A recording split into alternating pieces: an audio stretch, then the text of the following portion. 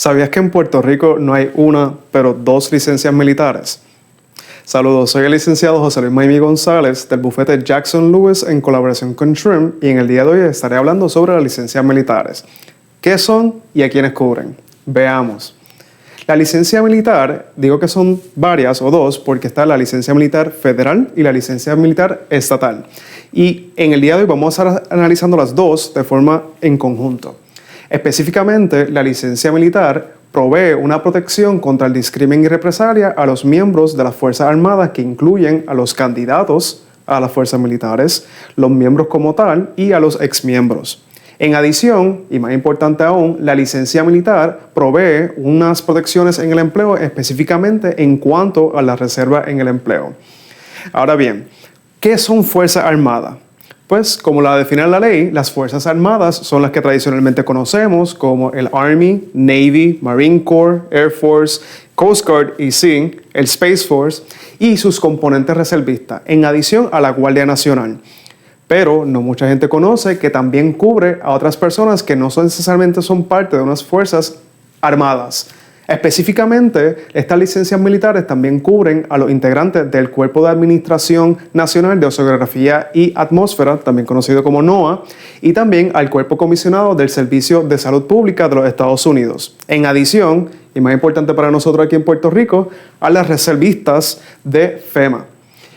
De este modo, vemos que cuando estamos hablando de Fuerzas Armadas o servicio militar, no necesariamente tiene que ver propiamente con nuestro conocimiento típico de lo que es la milicia o lo que es esencialmente un arma.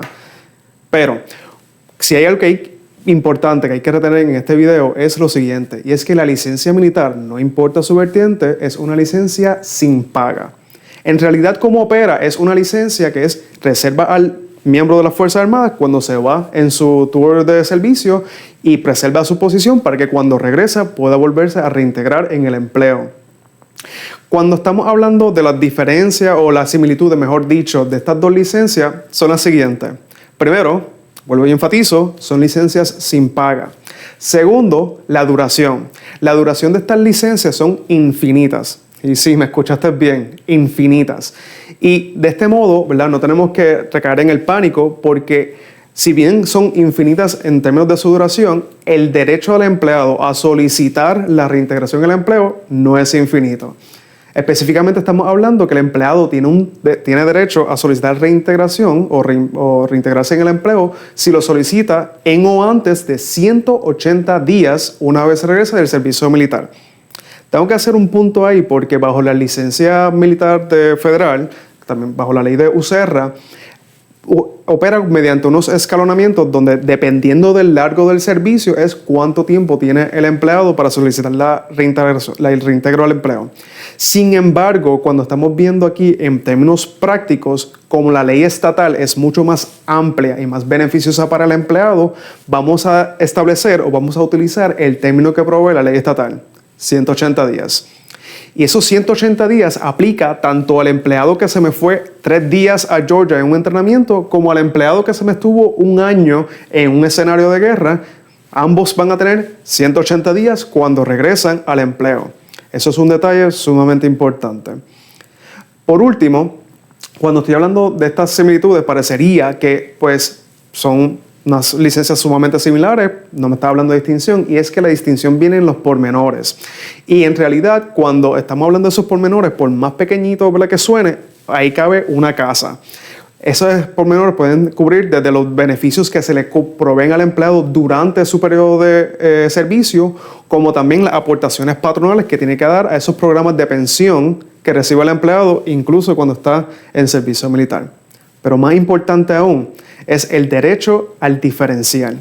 ¿Y qué es el diferencial? Es la diferencia en salario que recibe el empleado en su faceta como empleado privado en comparación con su ingreso neto que recibe como miembro de las Fuerzas Armadas. Y esa distinción va a ser bien importante porque si el empleado se determina que ese empleado tiene un ingreso militar que es más bajito al que hubiese recibido durante su periodo en empleo privado, durante ese periodo de servicio militar, él va a tener derecho a esa diferencia, la diferencia en esas dos compensaciones.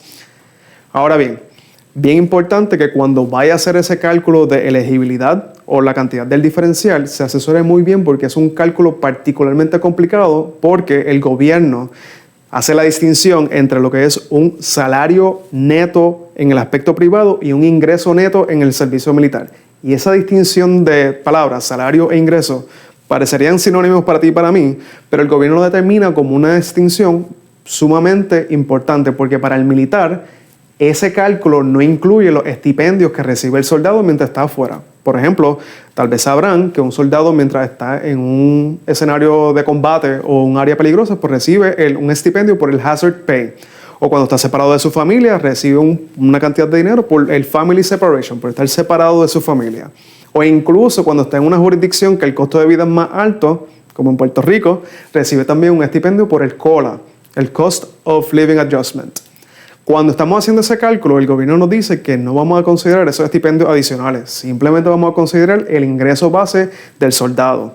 Pero cuando estamos calculando cuál es el salario neto del empleado en su faceta de empleado privado, vamos a considerar todos los tipos de compensación que recibe, además del salario base del empleado en el sector privado. Eso pudiera incluir algunos tipos de bonificaciones, algunos tipos de beneficios, estipendios como el car allowance, algunas veces se le provee a esos empleados.